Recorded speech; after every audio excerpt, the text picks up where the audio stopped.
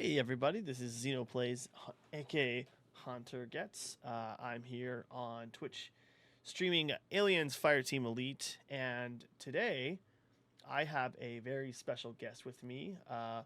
Some of you in the community might know him for his upcoming short film, Alien Lost in Transmission. I have Connor BOTTS with me here today. Connor, how's it going? Going good. It's going good. How's it going for you? It's going good, man. I'm glad to have you here today, and it's super cool to be able to talk about your new project that you have coming down the pipeline. I know that you and I have chatted a little bit about this project beforehand, and this is very exciting, man. You know, it's. I think what attracted my attention to this project was that both you and I work in the film industry, and both you and I do the same exact job. And when I saw that you were making an alien film, I was immediately intrigued because not only do we do the same profession in this artistry, but we also are huge alien fans. And not only that, you're making an actual project based off this IP. So I was immediately intrigued with what you had coming down the pipeline. Thank you. Thank you. It's honestly an honor to be here and to talk about it with you and other fans as well, because that's really one of the big reasons why we wanted to do this project. I say we because I mean, cast and crew, everybody, but truly, like, I just wanted it's a love letter to the fans and to the originals, but still embracing the more accepted new things that, us as the fandom have come to love. Very cool, man. But before we get started, tell us a little bit about yourself and how you were drawn to the universe of Alien. Yes, so I'm a cinematographer slash first AC, which is first assistant camera out here in Iowa, good old corn state. But I have been a huge Alien fan most of my life. Actually, probably started weirdly enough before I was even born with my mom. Actually, she saw it in theaters with the original one and has seen all of them in theaters since, including with me with the newer ones. We've gone to see them together. It's always been something within our family, just as sci-fi lovers, and lovers of Dune, very deep sci-fi type projects. And Alien for me hooked me. I mean, so much as a kid when I first got into filmmaking. I mean, at 8 years old, I think I was doing stop motion with actual alien figures and making little movies with it.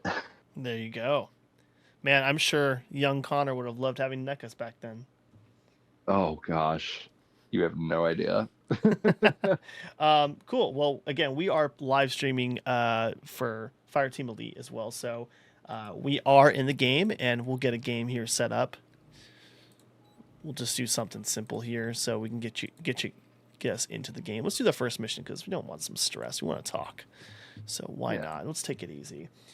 Um, but take it easy. Connor, Xenos can be stressful. yes, they can. Yes, they can. All right, let's get that game started here. But it's good to have you here, Connor. I'm super excited to talk to you about this. I know that with Alien Day coming up, it is upon us. We have lots to look forward to, and this is definitely one project that caught my eye, and I was like, oh, I'm definitely looking forward to seeing what he brings to the table with this project. So tell me, what other comics or books or media from the world of AVP helped you shape what this story, this Lost in Transmission film that you've created? Gosh, well, I mean, other than the original movies themselves, actually, weirdly enough, I have some of them with me. I'd love to hear Hold it. on, I've got them. Please I share. actually got them right over here. Um, So one I actually love, and it's just for novelization. It's like it's the more simpler version, but the actual first film, but the illustrated novelized story of it, because it weirdly enough has comic book frames that movies wouldn't have, but framing that I absolutely fell in love with. And actually, I believe one of the frames that I have in the images I sent you is kind of a partial inspiration of it as well. But a couple big ones that I absolutely fell in love with is Alien Revival, Mm-hmm. Icarus, and Thaw. Those stories, I really appreciate the artwork and kind of the in-depth storytelling that we go with, Wayland and about the company, and seeing all these people on different planets and how they, travel through this universe that has been created. I think the movies have done a good job, but the comics and even the books do an incredible job at world building. I mean, if you really think the cinematic universe and the comic universe, it's insane how much more world building there is, and how much story and love you can tell that there are from fans, writers, illustrators of the series. And for me, I love that there's a fan base with a horror series, especially, that's got that kind of deep love. That's awesome, man. Yeah, so Alien Thaw, that's a relatively new comic. So you're definitely are you digging the Marvel side of the comics that have been recently I'm released and the stories they've been bringing to the I table? so far I have appreciated them. I did like the What If one that came out recently with Burke, and Yep. that's that kind of what if story. So I do like these ideas of approaching an alternate kind of take of it or story, but I don't know. See, I like some of the comics that Marvel's putting out, but I'm also a big avid, like, be wary of Marvel, kind of like watch first, like let them come out with it first before judging it, but don't be like, oh, everything Marvel drops is gold. So I'm kind of taking it with a grain of salt. So far, it's good. So far, they're doing good. So I give them that. Awesome. Thank you. Well, to the viewers watching here, we had a little bit of a technical issue with Discord, so we're just fixing something really fast here with Connor's Discord picture here. So we have the co-op going, but bear with me. Well, it looks like we're back in the game. But yeah, that's interesting. Yeah, I think I've really I've been very wary of Marvel's some of the writers and the take they've had on the Alien universe, but so far I haven't been too disappointed. And it's interesting that you used comics like Thaw as an inspiration for Lost in Translation, Lost in Transmission. Did I say that incorrect? I'm sorry. A lot, just Lost Transmission. Lost Alien Lost Transmission. I'm so Transmission. sorry. I apologize. No, you're good. You're good. Honestly, but I'll tell you, one of the biggest inspirations I would say for it. I mean, the comics were great for figuring out framing and how I truly wanted to approach kind of this story, now that it's an alien story, because how our film actually kind of began was a writing challenge. I wanted to see the possibility, kind of like a Hitchcock film, could I tell a compelling story with a limited cast that are stuck in one location? And That's awesome. so as I started writing, this is when, as an avid Alien fan, I'm getting ready to see Romulus. So I'm prepping myself, watching the movies, and Romulus comes out, and I love many aspects of it. My biggest one that I love is that they made practical effects look beautiful up close on camera again. I feel like a lot of movies are weary to put practical effects of creatures that up close on camera, because they're so afraid that the audience will think, oh, they're corny, or oh, they don't look right. But I think that movie is a class A grade of showing you how it's done right, and you won't even tell. So, with that being said, that's an interesting point, Connor. Thanks for sharing that. So, I imagine you're a big fan of films, or the approach was something similar to like a 12 Angry Men or a Reservoir Dogs, where you see how you can contain a story in one location with one rising conflict. So it's interesting that you took this approach with the Alien universe. I can't say I've ever seen that done before with Alien. It's always been a very expansive universe, or the environment is always a space station, so there's lots of areas to explore, to navigate, and lots to show on screen. So it's interesting that you decide to take that approach and kind of center both the audience and the story in one central location and see what we could do with the xenomorph. So I'm very intrigued by that. As an independent Thank you. filmmaker, That was. I mean, I as a fan, don't get me wrong, guys. I would have loved to go all out and show a lot more planet, you know, a lot more like of the ship and things like that, you know, but we're in Iowa, we're limited with budget. But I kind of think that for our story, that almost helped with a little bit of our fear factor, as well as bring us closer to our characters. Because sometimes when I think characters are just going through too much, or they have to just keep moving constantly, we don't get moments to sit really and learn about them or feel for what they're going through.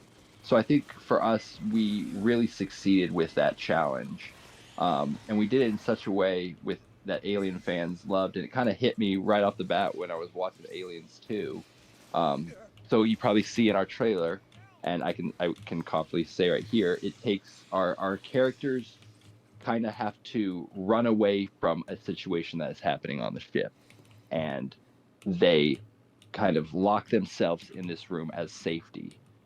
But by doing so, you know, with a welding torch, they're also in this room. So now how do they get out? What do they have to do to get out? How long till maybe someone comes and saves them? You know, how long until whatever got out gets them? Gets back in. Right. That's interesting, man. So, I mean, since we're on the topic, I'm sure a lot of people would like to know. So, what can you tell us about your film? Like, where is the center ground for it? Where does it take place? If you're allowed to share any of this information, Yes, no. So please do. I would love to share these details. So one thing, as an Alien fan, I wanted to make sure that I stayed within our current canon, or I guess if you want to call it the cinematic universe of Alien, that fit within the universe, but didn't feel like it. If you think of it like a tree, it didn't make its own branch. We're just a slight twig in the story. We fit like perfectly right in the universe. Hell, it almost feels like a little mini comic in a sense. It's We wanted it to make it feel like it fit right in the universe. It didn't disrupt anything. Nothing was like controversial in the sense of the fan going, well, maybe not, you know. I'm trying to think, like with Romulus, with the controversial end of the, you know, the alien human baby offspring. Is I think that's what they ended up title calling it, the offspring. Right. Yep. So I wanted to make sure that we kept it still within fan happiness, especially with a lot of looks and detail. We went really hard with detail for this film to make sure we got everything right. And God bless one of our prop creators, Jared Keller. This man went above and beyond more than he should have. And I can even tell you stories. Well, I can ask him later questions and tell you of just the ways that he, as a fan, was like, "Yeah, but I think if we just go all out, we could do it." And he, oh, That's the right between the attitude. walls, That's the right yeah. I mean, attitude. it was great. That's awesome, man. I mean, so you're talking about we're talking about finer details here. So, the main challenge I imagine that you face is you are an independent filmmaker. You are Mhm. making this on an independent budget. How do you achieve the world of Alien on said budget? How do you achieve those effects and visuals that we as fans love to have when it comes to the dirty griminess of the ships, to the practical effects of the creature design, to the costumes of the worn out suits and jumpsuits and patches, and I mean I can go on and on here. But how do you achieve that as an independent filmmaker? What were your biggest challenges? Oh, absolutely. So, oh, this is a really good question because I can go deep with this one because it's a really good thing that we actually have thought about even eventually doing like a director's commentary between me and my producer people and some VFX guys that we had on our project and kind of really dive deep. So I'm glad you really asked this. It was definitely difficult. The hardest part first was writing the story and being able to like explain, like, yes, we are in a singular place, but we can describe and shoot in a way and show in a way that there are a lot of other things going on in this ship that are bad and that are not great. And we can tell with either words or visually in a certain way, show it without, you know, us having to build an entire like laboratory or hallway scene or this or that, because those are extremely expensive.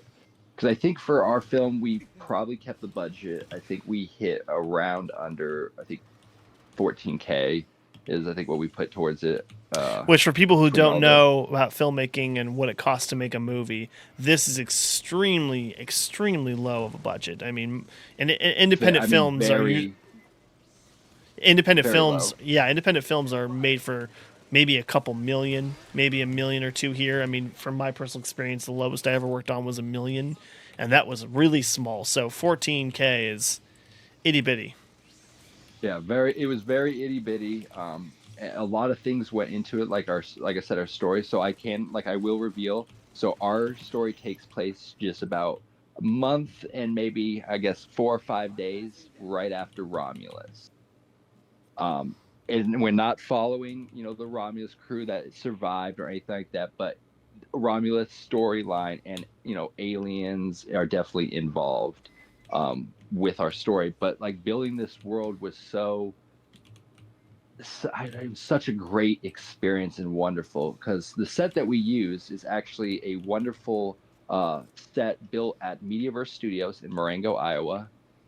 And it was originally a set that we built for a different feature film, and it was an Osprey helicopter interior set.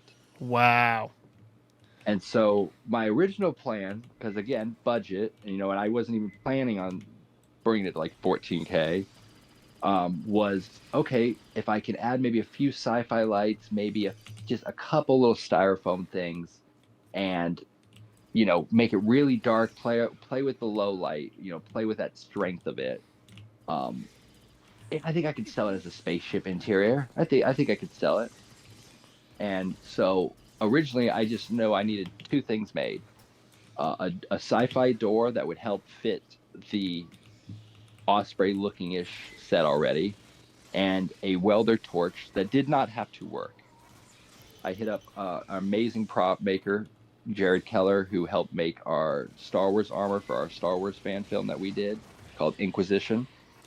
Um, and this man, again, goes above and beyond. And so we first start with the welder torch, and he's like, "It'd be cool if it worked." And I'd be like, "Yeah, it'd be so cool if it worked. Like, you mean like real life?" And he's like, "Yeah, man, like if it actually worked like a blowtorch."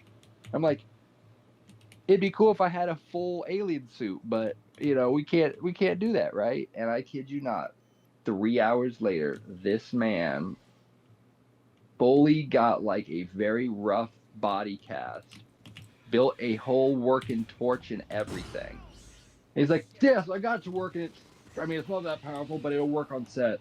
And we put some ribbon wire here, or some magnesium ribbon wire, and you light it on fire, it'll look exactly like a torch thing.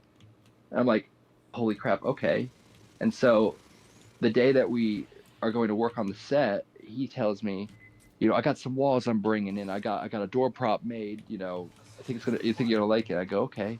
This man pulls up in a whole U-Haul he built, and he had a buddy who took the styrofoam and he CNC cut, which if you don't know, that's like using a laser that's very, very like hot to cut why usually metal, but somehow cut styrofoam into these perfect like machine panels.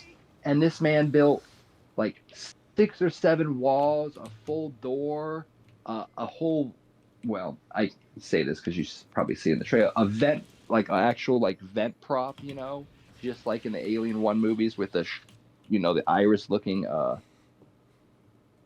guess opener, if you want to call it. Right. He went above and beyond. I literally my mouth was hit the floor.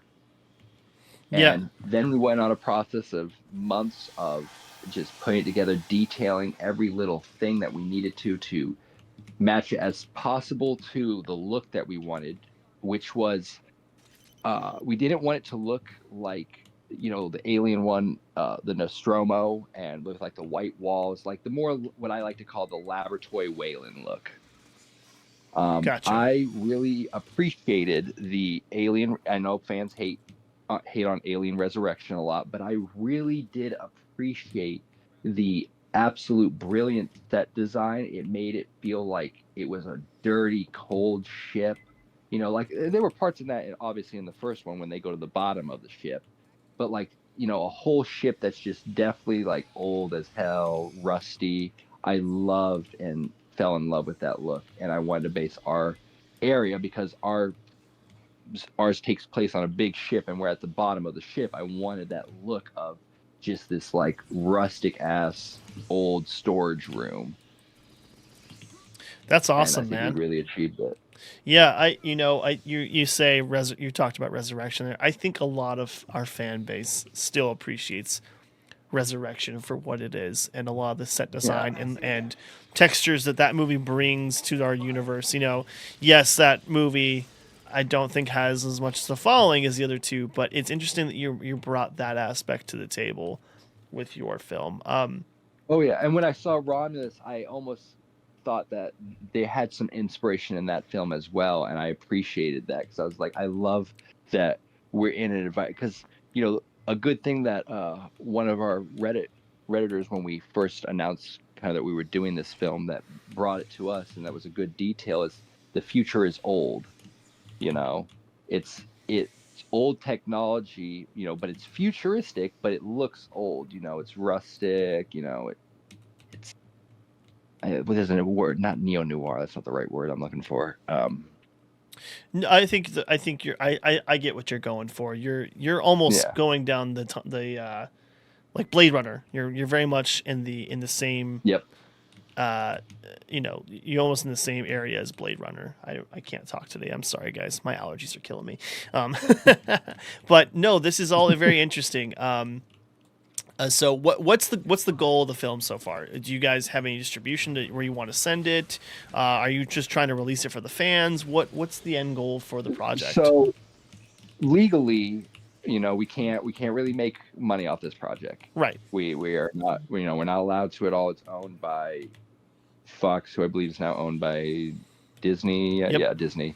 Um, and so what we're gonna do is that we have some videos to help like distribute, and we want to talk to some film channels, especially ones that involve Alien or just short films in general, and really get a lot of filmmaker perspective. There are a couple, local film festivals that we're allowed to enter this in. We're kind of digging into if what we're allowed to enter in. As far as I think it's the ones that don't have like an actual like winning kind of prize thing that involves some form of money. We're trying to look more information onto that.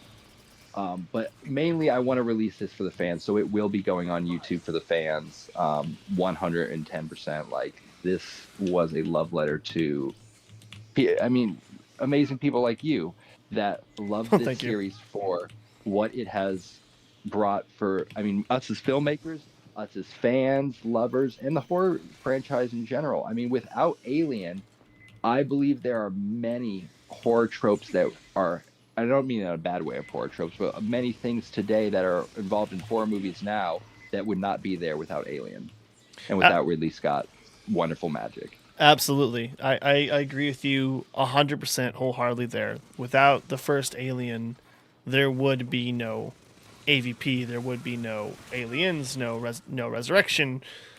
The list goes on and on. That's for me. Even just bigger horror films in general. I think Alien was one of the best examples, other than a couple Hitchcockian films, of tense horror, where it's a good scene that I love telling people about this is, the last scene with Ripley when she sees in the ship, and it's that slow build of, she knows it's there, and she's like, oh no, oh no, oh no, I gotta hop in the spacesuit, get this thing out of here, holy crap. Like that kind of constant tense horror. It's long too, but it's beautifully done. It's like a musical note.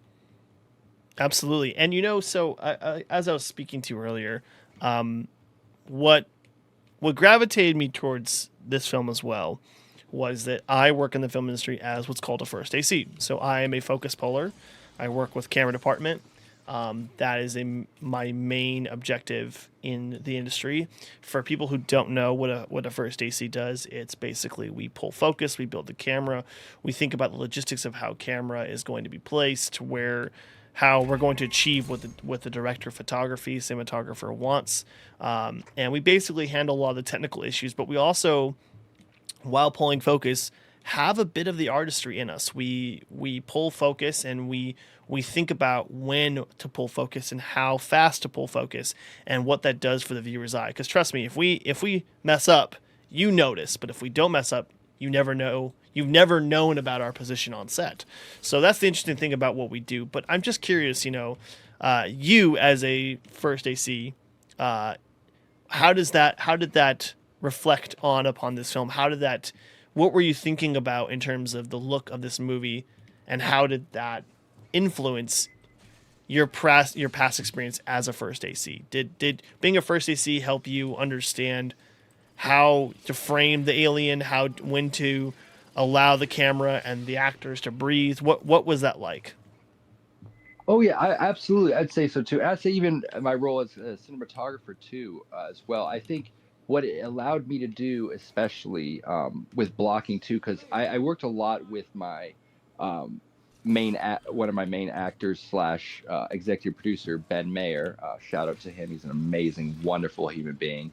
Um, is figuring out the right way for the pacing for our story, because it is a extreme challenge to shoot a compelling story in that small of a room. And especially with, a lot of people don't know this, there's three characters, and then behind them, or behind camera, you got about 4 or 5 other people. It is pretty cramped back there, let me tell you. And getting that challenge to make sure that we can still make our characters feel like they can, still walk around that room, even though we're right there, right behind the scenes, and doing it in ways where it was efficient, smart. Actually helped a lot with our lens choosing, because we originally planned to use a lot of different set of lenses for this film to get a lot of looks.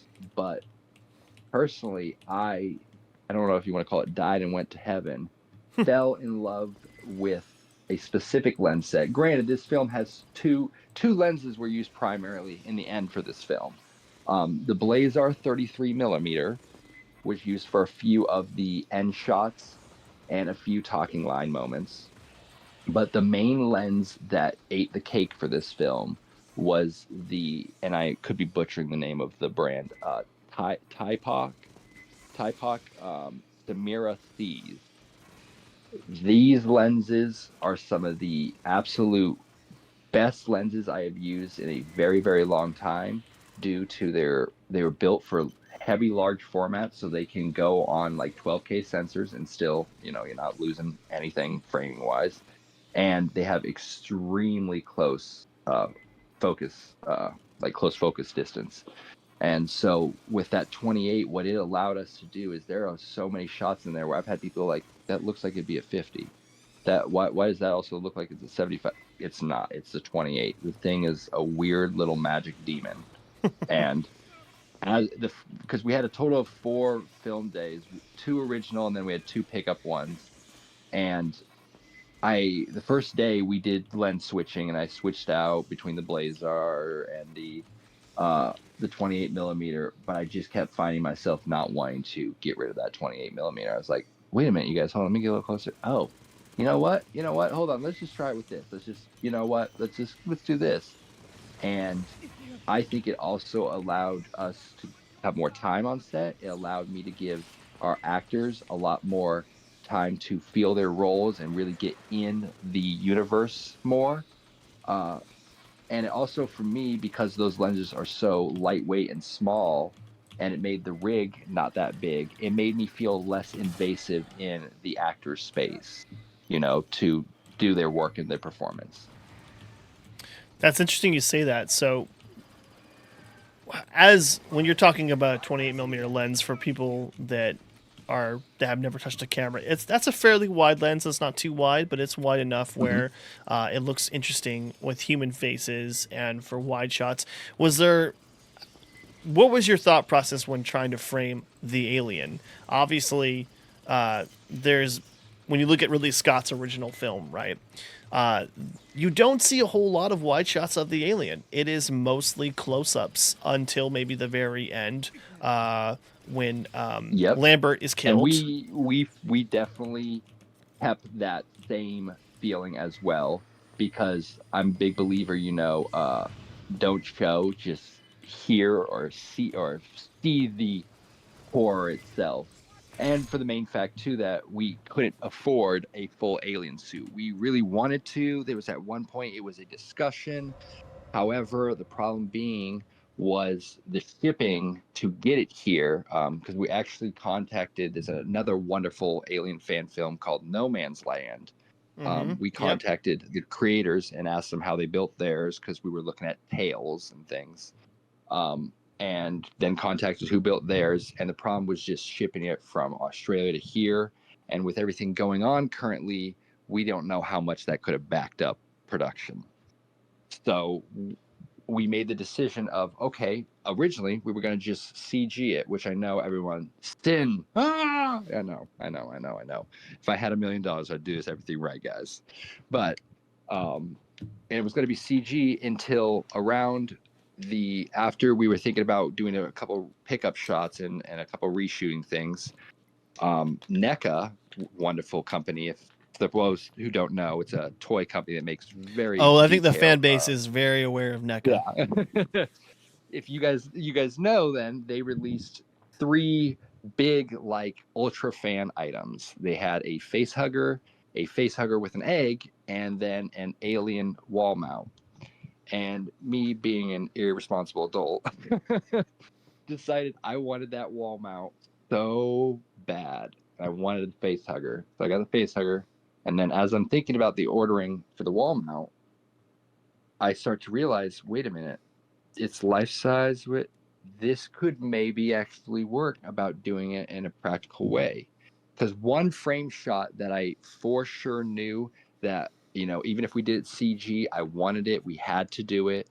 And especially our CG guy that we have is terrific, and he had a great CG model. Like it looked fantastic, but it hit me. I was like, I think as a fan, as a practical effects lover, I want to see what we can do practically. Now we do have some CG. You do see the tail, because that one to do practically, we just don't have the tools, sadly. But the whole head is all real, practical. There's slime and blood on it. It's real as it gets. So shout out to NECA for that head, because we implemented that head into our film in such a beautiful way that I never thought we could pull off. And like I said, the one frame I knew for sure that we wanted was the homage to Alien 3's famous, the alien right up next to Sigourney's face. I wouldn't have even attempted to finish the film if that wasn't how I wanted that shot. I needed it. That's awesome. I don't think I've ever heard of a filmmaker using a NECA product for a storytelling device. Right. So that's a first. I looked at just getting alien heads, or even just like actual like big full head busts. But it was a lot of just the shipping, a lot of the costs, and those head busts and things. They're way more detailed than not, like, because the head's actually made of styrofoam, surprisingly, but like good quality styrofoam. But a lot of those other ones are made of metal, and like getting slime and blood on that crap, like I didn't want to worry about breaking it or the heavy cleanup. Interesting. So you mentioned No Man's Land, which is another Aliens fan film that I think a lot of the fan base, from my understanding at least, seems to enjoy. By the way, I was just about to say, we are ready to go for a horror mode. But yeah, that's another fan film that I think the majority of the fan base seems to like. So was there anything that you pulled from No Man's Land into this film with just the tactics or maybe the techniques of achieving certain aspects of the film? I would say there were certain moments. I love that fan film just for a lot of their technical aspect. One thing that I feel is overlooked that they did such a insane job at are the aliens' tails. A lot of people don't, unless you watch like little behind the scenes stuff. Those were not attached to the actual costumes. Those were all green screened in incredibly well. And that's what originally wanted me to do a practical tail was their film. We just couldn't get one in time and whatnot. But what really sold me with their film is the idea of this going in the cave, like the trenches, and feeling in this claustrophobia of the only way you get out is climbing out, but as you saw, that doesn't work. You're against a xenomorph, that's not going to work. So I really fell in love with that claustrophobia. And Alien themselves, I think the 25th anniversary, or maybe it was the 20th, they got 5 filmmakers to make short films Yep. about Alien. And I watched them, and what I noticed, which was incredible to me, is that they definitely borrowed some kind of alien bus thing from them, because 2 short films of them used the same one. One of them had really good CG that used the Alien AVP CG model, and one of them used a freaking toy, and they probably used a macro lens, which is a super zoomed up lens, for detail aspects.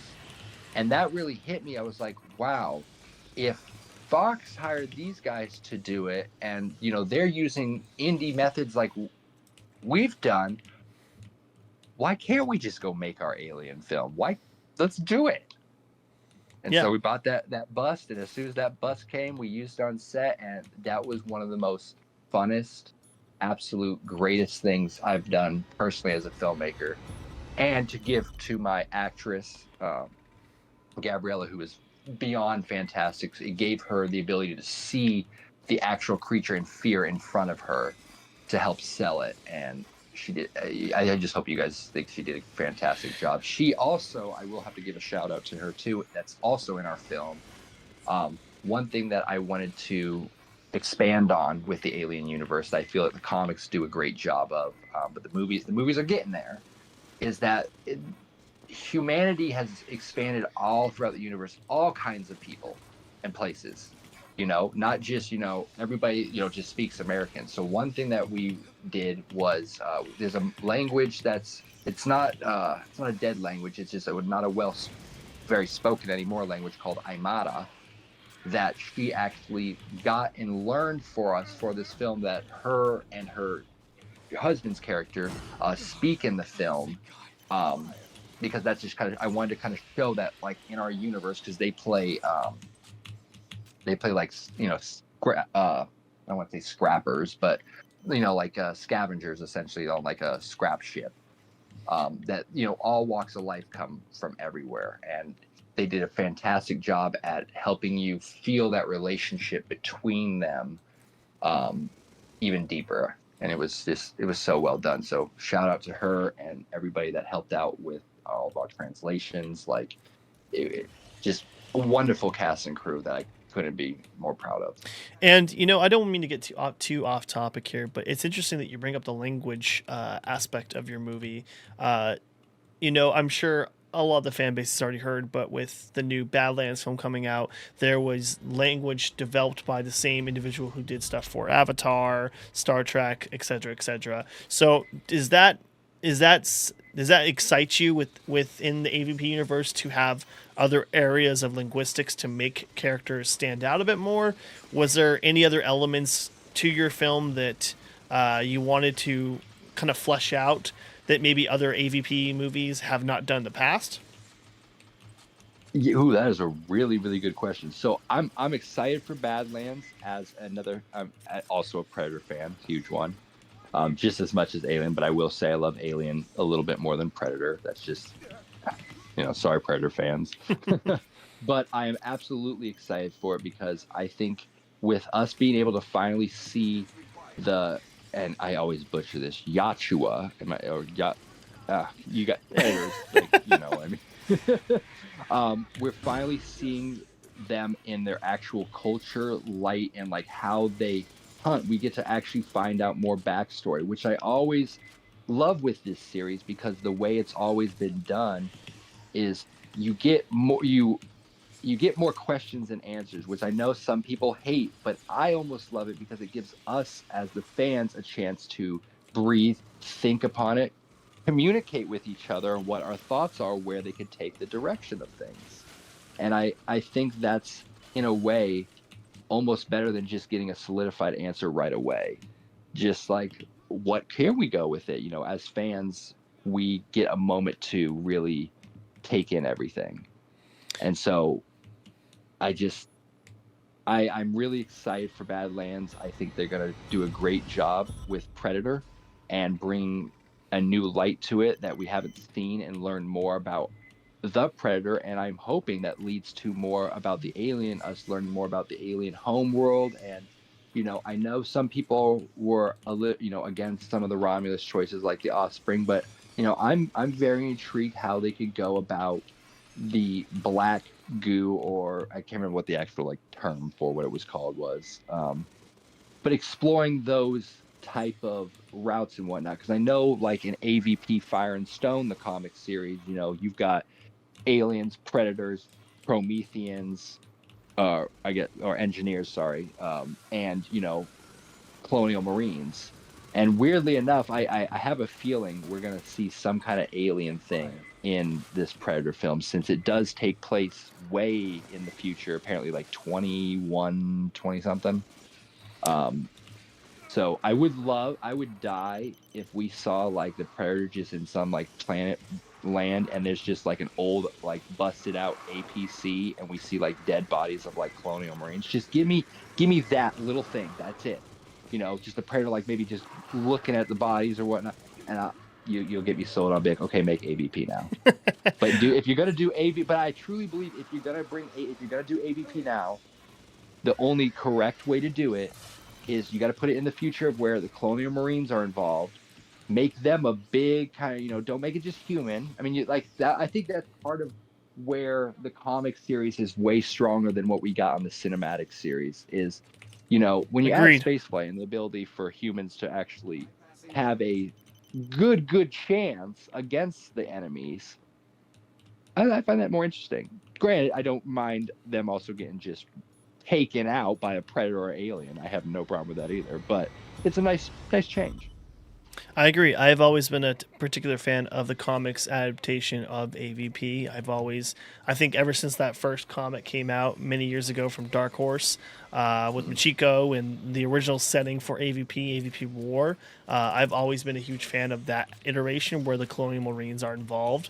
And I'm glad that we've gotten that in other forms, such as AVP, the AVP games, the AVP 1 and Absolutely, 2, and then, of and course, even 2010. shout out AVP. Is it AVP Galaxy and Central Yes, and Perfect yes, Organism? yes, all those Actually, guys. yeah, shout out Perfect Organism too, because have been big supporters of this project, and we asked them a lot of questions too, about hey, am I doing this right? Or me, I'm a very overly designer kind of person, so like there were a lot of choices that I was very like, dude, I don't know how this like a screen looks on camera. Does it look old enough to fit the vibe of Alien? They're like, dude, it's fine, man. Like, relax. I'm like, you sure, man? Because I really don't want to let the fans down. I can't tell you. There was literally a 2.5 week debate over our terminal console that one of our characters uses, because of the look of it. Because I'm like, guys, it's got to look like a 1980s computer. And they're like, dude, there's ways you can make it not, but not also do that terrible like futuristic look if we're going with the older look. And for 2.5 weeks, I like fretted over this entire thing. I wouldn't be too hard on yourself about that because I know that when I first started streaming about AVP games, I felt I didn't know how the fans would be. Oh, beta let us down. Um, I didn't know how I was going to feel about the community and how we see the universe of AVP. Were they going to judge too hard upon, certain aspects if you didn't get this right? Like I remember AVP Galaxy has been great to me. I do want to shout them out as well. AVP They're Galaxy, they fantastic. have been fantastic. They've been so kind and so nurturing with helping this channel. Yep. All those Seriously, guys. shout out to AVP Galaxy. If you guys ever watch our fan film, please let us know. Even if you hate it, I would love just as fan. And that's my biggest thing too. Is like I care in the sense of it as a fan. If you love it or even hate it. If you hate it, please tell me what you hate about it. What can I do to help as a director do better, or just as a fan that I could have touched up on better. I feel that that's such an important thing. Like I don't want to be like, oh, if you hate my fan film, boo hoo. Like no, like okay, that everyone's title of their own opinion. Please, like what did you hate about it? What can I do better? Like what could I've hit upon better in the story? or should I have done this a little bit different, you know, because we were limited to what we could do, but we went so above and beyond with that set to do everything that I humanly could with my hands. I can even tell you about times that I slept in the set building it, because I wanted every detail to be right. I wanted it to feel like you were in the universe without, you know, making it feel like a fan film. I wanted it to feel like it felt cinematic. You know, we wanted to shoot it in a way that it was cinematic. It didn't look like a YouTube video. Yeah, that's great, man. I think that the commitment that you made to the film is definitely something that's going to spark all of our interests. I think we're all looking forward to seeing this movie. You know, I feel your intimidation as a fan creating such a project and making sure that you get all the details right that you can get right, but also not to weigh on the opinions, because everyone will have an idea of what could make this film better or worse or so forth, so on. What worked, what didn't Exactly, work. and there's no right or wrong either. In my, and this is just again my own opinion. I feel like I know some people have like thoughts on how the look of Prometheus and Covenant were, because like the tech was more modernized sci-fi. But I loved all aspect of how I see it as it's all just part of the story. I even take into consideration like original ideas, like me and you were talking earlier about, you know, Alien 3 and how what it was supposed to be. I take those, I guess, pre-lore into consideration as well, into the story of where it could have gone. Us as fans are here for the ride to watch this universe get built in front of us. So as a fan, all I want to do is feel like I made a tiny little piece that could fit in this universe that all you fans wonderfully love, and so do I. So you mentioned Prometheus, and this is a question I don't think I've ever heard anybody ask whenever they do live streams. But are you pro black goo, or are you con black glue? I can't talk today. Con Well, black goo. I'm right for me currently with how it's being handled. I want to see more. I do. I feel like we're judging way too early, story wise.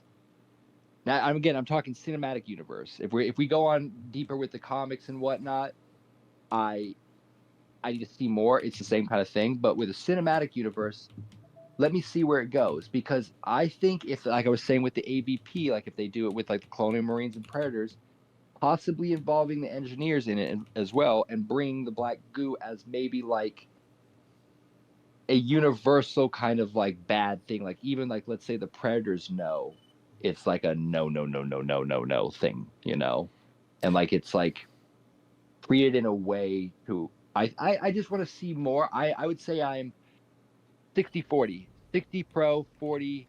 Let me see more. Let me see more. I like the concept because it kind of fits with that the organism is this perfect life form that, you know, why can't its own DNA be a literal seed of life, which kind of goes into what like Prometheus was kind of saying of what it was. It was like a weapon seed of life, essentially, that just like created monstrous monstrosities. That's a weird way to put it. Monstrous monstrosities. Weapons of That we see like in, biological weapons of bio mass destruction, I guess. I don't know, yeah, man. exactly. And you know, I know there's also big debate with like some of the deleted scenes from Prometheus where like the engineer actually spoke to him and kind of like broke down, you know, why did you send us a message here if you didn't want us to come? And I mean, I feel like it's almost like I can't remember what show makes the joke. It insists upon Oh, Family itself. Guy. Yes, It insists upon I itself, love that. Lois. It insists upon But itself. it kind of at the beginning of it shows these engineers really only care about the next step. And now again, this is what we're talking from the cinematic universe, seeing it from that perspective. I'm not talking going deeper into like the comics and whatnot, but like we're seeing it as they developed us as like an experiment. Why they're kind of like it's like if a cow, like they dropped a cow off miles away to see how it was and it came home, they're like, why are you coming home? Why are you here? Right. Like we didn't want you here.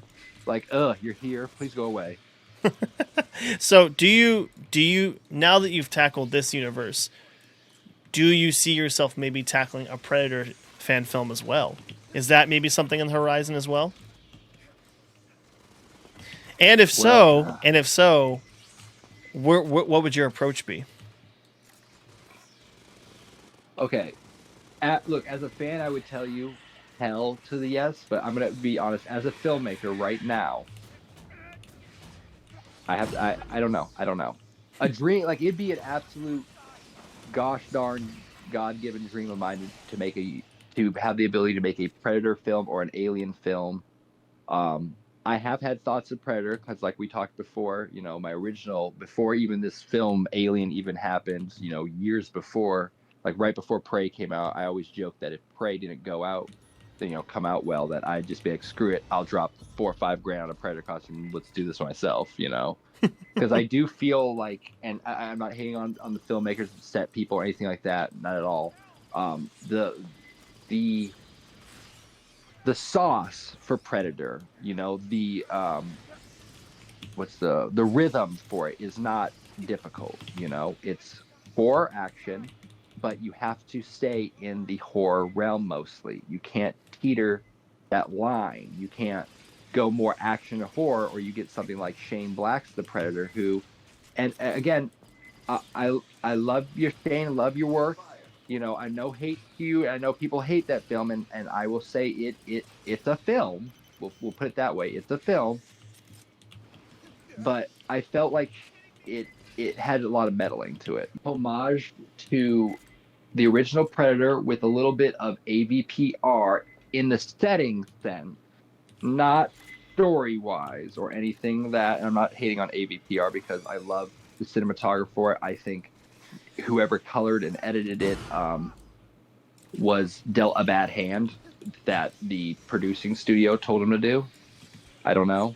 We all know that that film just is dark, and it's not the cinematographer's fault either. If you ever seen his work, he is fantastic, and he's even stated it too. There's even a Reddit board that you can follow that he's currently, if I'm correct, trying to get a recolor of it possibly for some fans to see, because he himself believes like this is not how it's supposed to look.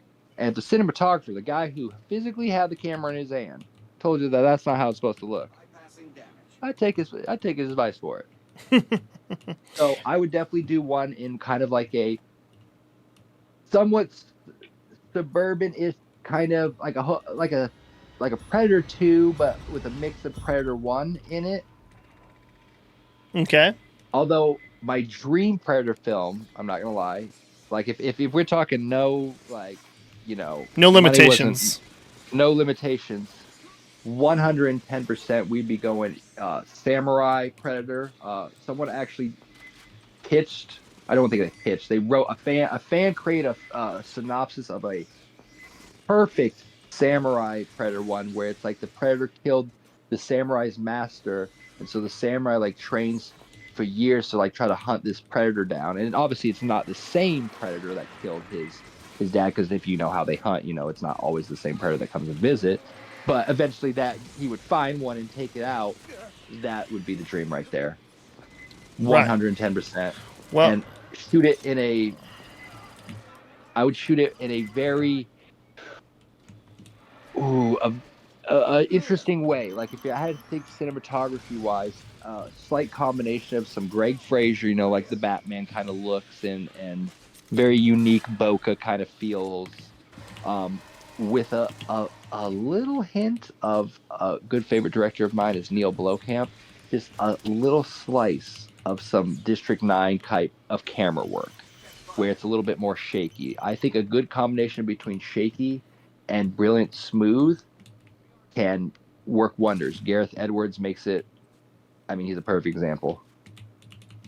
yeah, I was going to say Gareth Edwards is probably a good example right now for most filmmakers who want to do sci-fi, making his film with forcing Bringing limitation, handheld back. bringing handheld back. But I think that we're entering a new world, a new era of sci-fi, and oh, thank you for the follow. I don't know who followed, but thank you for the follow on Twitch. I appreciate you. But I think that Gareth Edwards, Greg Fraser, Denis Villeneuve, Neil Blomkamp have really ushered in a new era of sci-fi. And it's funny you say Neil Blomkamp because we all obviously know about his Alien 5 treatment and what he was proposing to do with that, and and from the source images that we received from that film, we kind of saw where the direction of that film was going with xenomorphs with the headsets on and so forth, so on, and Ripley Or coming even back. on his Instagram, a lot of people haven't actually, and I believe it's still on his Instagram. He actually posted an image of the actual like pulse rifle from the film, and he was going to be the first one to introduce like an RIS rail system to him, like attachments essentially, which I know was a controversial thing with some people. But again, it's another part of the universe that I would have loved to dive and see in. Maybe 10 years down the line, we can get an official this is kind of what the scripted story would have been like book. Right. I do have to answer a question here on Twitch, and that is Henry Absolutely. Sui. How you doing? We are playing on Intense as of right now, and I'm getting my ass kicked right now. But Yes. Henry, do you have any questions if you do have any questions for Connor, please throw it here in the chat, and I'll throw it up here. Make sure that the chat is live on Discord as well, so we can see that. I don't think we had the Twitch chat with that, so give me 1 second here. But yes, if you have any questions, please throw it in the chat here while we're playing, and I will gladly throw it up so we can all see. But anyway, I'm going to jump over to a couple images here. Yes. So the first one you talked about, and you kind of nailed it right on the head. Guys kind of sleeping right there, and moments happening. I can't really go too much details, but that shot actually, for some reason, that came to me in a dream. Weirdly, that angle and look, I don't know why, but for some reason I've never, and maybe I'm wrong about this, and I would love a fan to correct me and throw up an image if they can, of if I'm wrong, but I've never seen an angle where we see it from that low with it kind of comes down to a crawl like that. And I don't know why, but I fell in love with that framing. And one of the things I loved with Romulus is it tried a lot of new things with the angles and framing of shots. So for me, I was like, you know what? Let me kind of do my own. I feel like this is going to be pretentious to say, but my own homage type shot that I would hope fans would go down the line. Like honestly, if down the line I see this exact angle in a bigger, like a Canon film, I'll be the happiest. I could die a happy man because I'll just know a bit. Yep, cool. I had some kind of inspiration, so I wanted to make a shot that would be a shot that would stand out for the Alien fans in the universe itself. Shout out to our wonderful makeup artist, Walker. She's a makeup and special effects artist. She's beyond fantastic. She did a great job putting together 2 versions of this slime because we wanted to have certain ones in the mouth where it's a little bit more drippier and wet, and then the natural slime that kind of the body has. Appreciated the use of chains. There's always been a chain in for example, in Alien, we have the chains where we have Brett's death. And in Aliens, there seems to be chains in the loading dock for the Sulaco. There's something about that industrial chain look. It draws me in because it reminds me that this is a blue collar world. And I just noticed in your frame, is that a chain that we saw back there?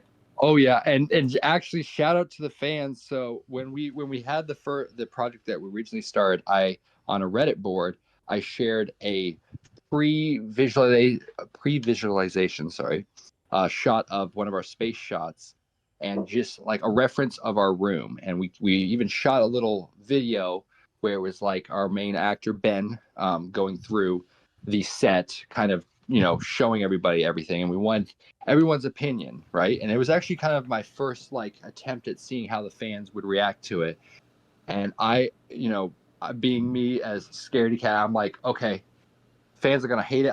I'm gonna accept defeat. It's probably gonna be super brutal, and it wasn't.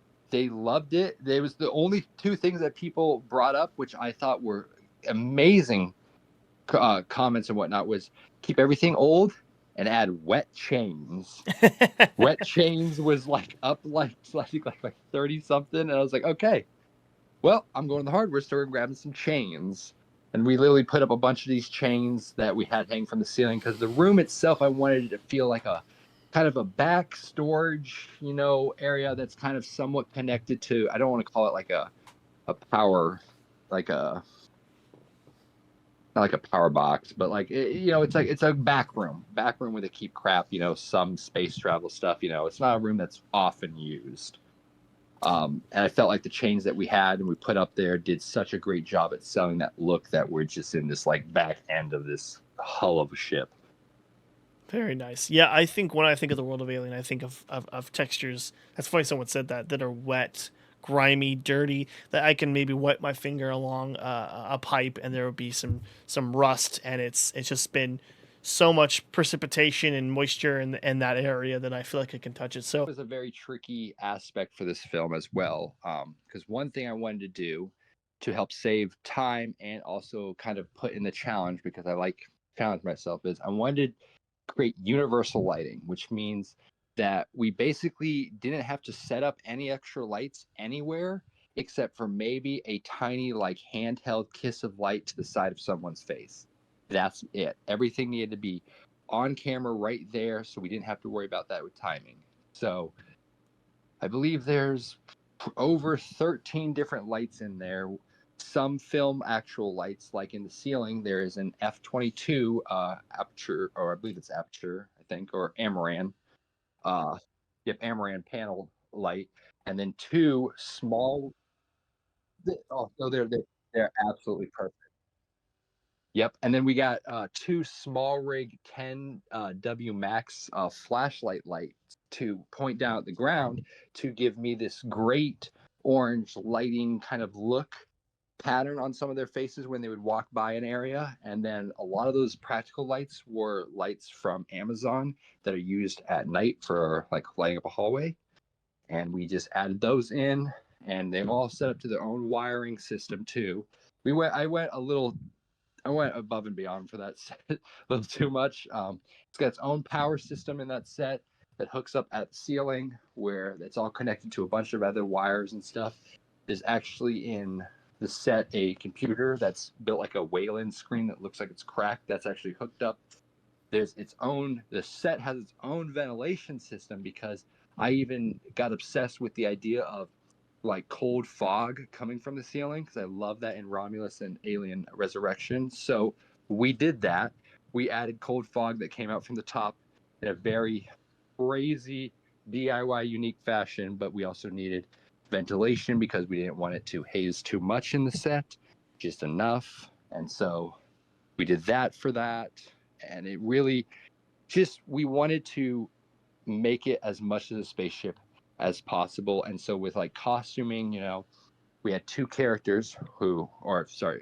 sets of characters. We have our characters that are from the scavenge ship, which are kind of like older, we got some flight suits with some cloths that we kind of ripped up and got some custom patchwork on. And then like our main character, Ben, who I wouldn't say he's the main character, technically it's Gabriella, but he's more of like a ship hand that works on this Wasteland ship that we're on.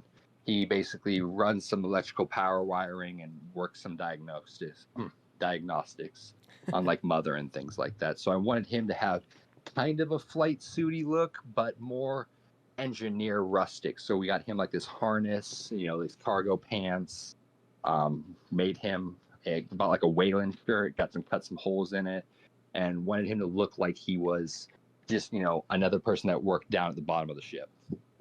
very nice. Well, I think as we enter our last little match here for the Horde mode, is there anything else you want to talk about with Alien that maybe, or Predator, either one, but I would imagine mostly Alien that we just haven't talked about? Is there anything in the universe that you would like to touch on? Maybe explore a little bit more. I mean, I think that there's so many talking points to explore as an Alien fan. Whether it be the world, the aesthetics, the tone, all that. But is there anything maybe we didn't talk about with your film that you maybe wanted to touch upon? Well, I'd say even with my film, or even just with the fan base in general, I feel too, is we're in a good, as fans, guys, we're eating good right now, and I feel like it's only going to get better because we are finally going to be doing or seeing projects that are being, what's the word I'm looking for? Having a little bit more faith than like studios meddling around with it. Like Prey and Romulus, like there was a lot of stuff Romulus that the studio wanted cut that he said no, and he stuck his foot down. So I think, you know, there's a lot of things that we should be happy about. Like, yes, Romulus wasn't loved by everybody, and there's aspects that are can be questionable at times, but like as a fan, it is the first attempt to bring in new lovers as well as old lovers of the series and try to get it in a way to where we can have our own Alien Predator movies come out, and they're good and they're not always bad, and they help bring to the universe. Like the big thing that we were talking about earlier with Romulus is Ripley's ship. Someone spotted, recently that you do see her ship in one of the scenes right in the back. It's right there. So, and this idea that Ripley, the director even said, he likes to think that, while Romulus was going on, because we only saw, 10% of the station, Ripley was off on her own journey, maybe, or something like that. Like, I like the idea that we can explore stories that are happening at the same time others are going on to feel interconnected. So, Yeah. like, for example, ours takes place about what did I say, like a month. I think it's a month and 5 days after Romulus, and we wanted it to feel like it didn't like impede, like it was going to touch, on aliens, like, oh, we had a big interconnecting thing, but it was another part of the story that helps explain why throughout the years Wayland is the type, what they are. Which I feel in Romulus was great because we actually got to see, colonies actually protest against Wayland. Like, it's all a lie, you're just a slave to their system, Yeah, no, And so, that's an interesting point. I apologize, I didn't mean to cut you off, but that's an interesting point because I think that Romulus was genuinely the first film where we got to see another aspect of Wayland's control over these blue collared workers of that universe and what they're doing. I mean, we've seen a ton of that in other pieces of Alien media and content, and from the comics to the books to so forth so on. But it was nice to see it cinematically present on the screen. Like, oh, this is how Wayland is running the ship, literally running the show here cinematically, so that everyone who has never maybe looked into the world of Alien via those books or comics can now see it on screen, that, hey, Wayland is just another mass corporation. So I guess maybe another aspect to explore here is, in your film, is there any aspects of Wayland that weigh heavily on the characters of the world as they do in other forms? Yeah. Oh yeah, that was a big thing that I wanted brought in our film as well, is that in the world, it's like it's kind of around the time, like as I said, it's like how Romulus kind of treats it. Like, there are people that work for Wayland, they know it sucks. They're the people that love working for Wayland. That's usually the rich assholes. And then there's the people that are just straight against it and know all the, like, the conspiracy theories and whatnot. So having, our characters interact with someone who works for Wayland, oh yeah, there's definitely some conflict with that. And what rumors and things that they've heard that Wayland does, which I think is such a big opener that we got cinematically that leads into so much. Because if you really think about it, they even say it in Romulus, when they're talking at the with Ash. Sorry, I'm saying a lot.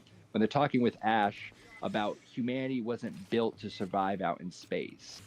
So when I saw that and heard that line, it made me immediately think that would make sense, that they have many different secret projects going on all over to try to advance humans as best as they can, because they're right, we can't survive. That's why we keep dying. That's why we have to build the giant atmospheric processors or whatnot. We haven't. Wayland kind of, this is what I like to believe, I think Wayland took us into the future, but did so blindly that we're now in a chicken coop of shit, And instead of, you can't backpedal now, they're going to just start exploring the most irrational options possible, because it's cheaper and easier to then admit our mistake that we screwed up humanity, and that, we're paying the price for generations. Which I do think that we're going to see the start and begin of in Alien Earth. We're going to see Weyland start to make these extremely generational choices that will affect, that we've seen, throughout the movies. Yeah, I think that's one aspect about Romulus that I did like, was that the damnation of human beings from the original film and Prometheus, if we're going to count that, is that the one thing that was our damnation was being utilized as a plot device as our salvation.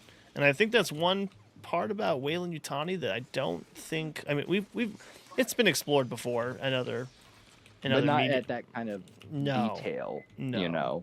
I know. I would And- say maybe Aliens Labyrinth was maybe a good example of this, where Yeah, there was some experimentation to show how vital the alien could be in our world, and how Weyland could capitalize it. So it's interesting that we finally got to see that kind of aspect shown on screen in a different light. And I think for me, when I saw Romulus, I felt that it was a nice touching point on the Prometheus movies. If you were a fan of those movies, Yep. it was able to grapple the first two Alien films well, but go like, hey, we're not going to throw Prometheus away. It's embedded in this universe. It might not be as present as the other films, but it is here, and it's going to stay, and it plays a major role in the which reason. I know some people have conflict of, because like, well, how does that make sense if David created the alien? And it's like, this is where I feel like there's the difference between, like, the heavy fans like us who like fall in the series, and then the people that just through the cinematics. And why I think that if we are going to continue with the cinematic universe, we need to start blending in a way that makes, sense to all. But like with Prometheus and everything like that, you got to think David did not create the first xenomorph. That is not what he was trying to do. He was trying to create because if you look at Prometheus, you see this alien deity statue. Well, not statue. What do you call The space like jockey? a painting on a wall? The painting at the beginning of the film. Yeah, you see, like it looks like it's put up on a cross almost, kind of, but it's a xenomorph looking on the wall. They see it when they get into the temple, and the big theory is that that's supposed to be like a god to the engineers and whatnot. And my theory is that it's almost kind of like, I think it's a creature, like a true pure xenomorph, like the purest, like not even like maybe even the ones that are on like the actual, what's the xenomorph, like actual homeworld in the comics? I for the life of me, I cannot remember. I know that they touch on it a little bit in Genocide. Again, if someone in the chat knows more than I, then please feel free to jump in. But yes, please. I'm drawing a blank.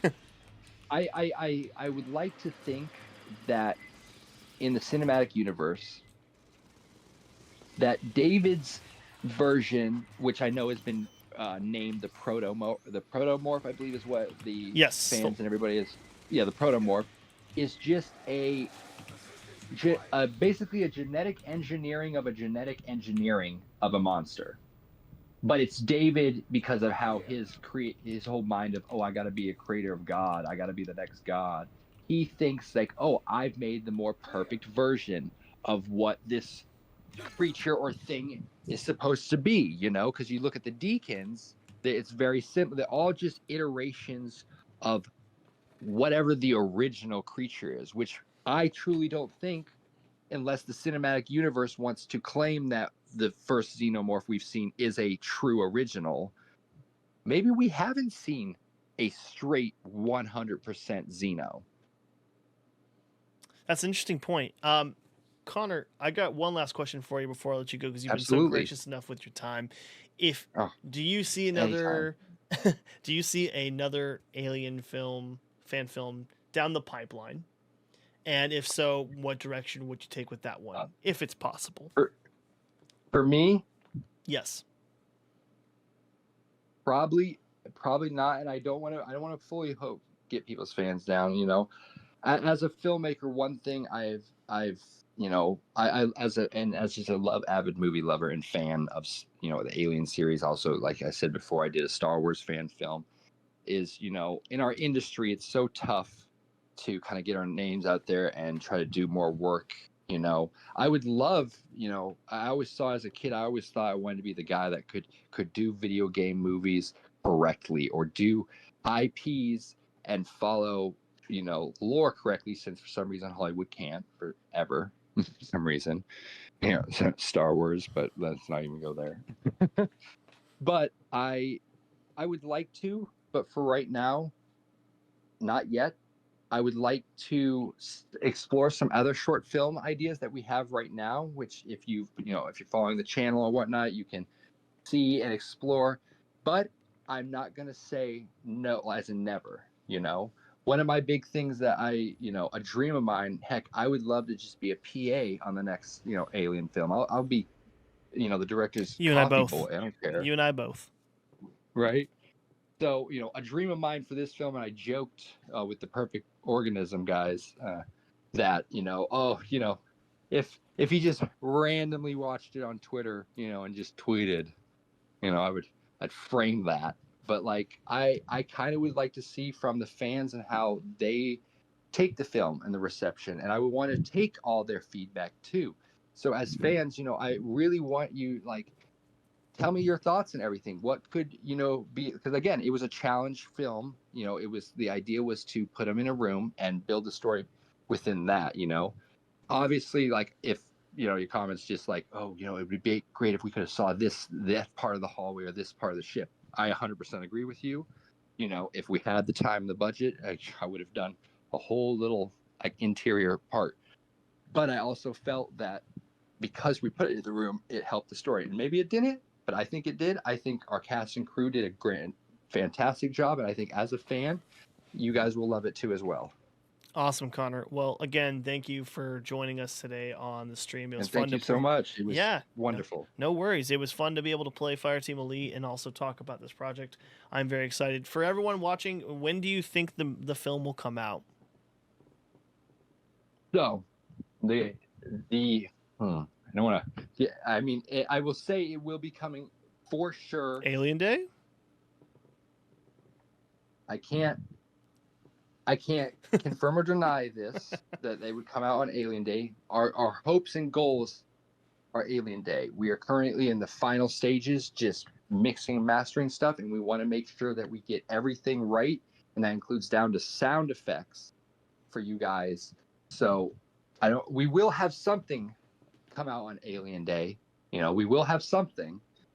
It may be the film, it may not be the film. Maybe some close to it, but I can tell you this for sure, that the film will be done and out for sure, at least by the end of May. And I mean that, like, it could be the beginning May, mid-May, maybe even Alien Day, but we just want to make sure we get everything right and we're not rushing our sound process. We're basically working every other day on this thing for 5-6 hours, so we just want to make sure we do it right. We make a great film that you guys will enjoy as fans and movie lovers. And so all I can confirm is that we will have something exciting and a good peak, and probably maybe the film, maybe not, on Alien Day. Well, thank you so much, Connor, for hanging out with us and playing. I really do appreciate it. And everyone who's tuned into the stream or watching the replay of the stream, you can find Connor on social media. He is, I'm going to, sorry if I butcher this, is it Shade 7? Shade 7 Films? Yep. Shade 7 Productions on YouTube. We do have an Instagram that's slowly being worked on. We've just been so busy putting this film together, we haven't really launched it much. And then just my personal Instagram is just _cinema master, all one word. And you can also find Connor on YouTube as well. He does have a YouTube channel for Shade 7, in which they talk about filmmaking and aspects of filmmaking and technical tutorials on how to do things with filmmaking. So for anybody who's interested, you can find Connor there. And of course, I'm Hunter, or TheXenplays, so you can find me on Instagram and TikTok. And here on Twitch, I am mostly active on TikTok and Instagram, but we go live here on Twitch every now and then. So thank you, everybody who's hung out with us. Connor, thank you again so very much. I do appreciate you being here, and I look forward to checking out this film when it releases. Thank you so much. It was a wonderful time, and we can't wait to show you guys. Thanks, man. Well, hey, everyone, have a great rest of your Saturday, and I'll see you all soon. Have a good one.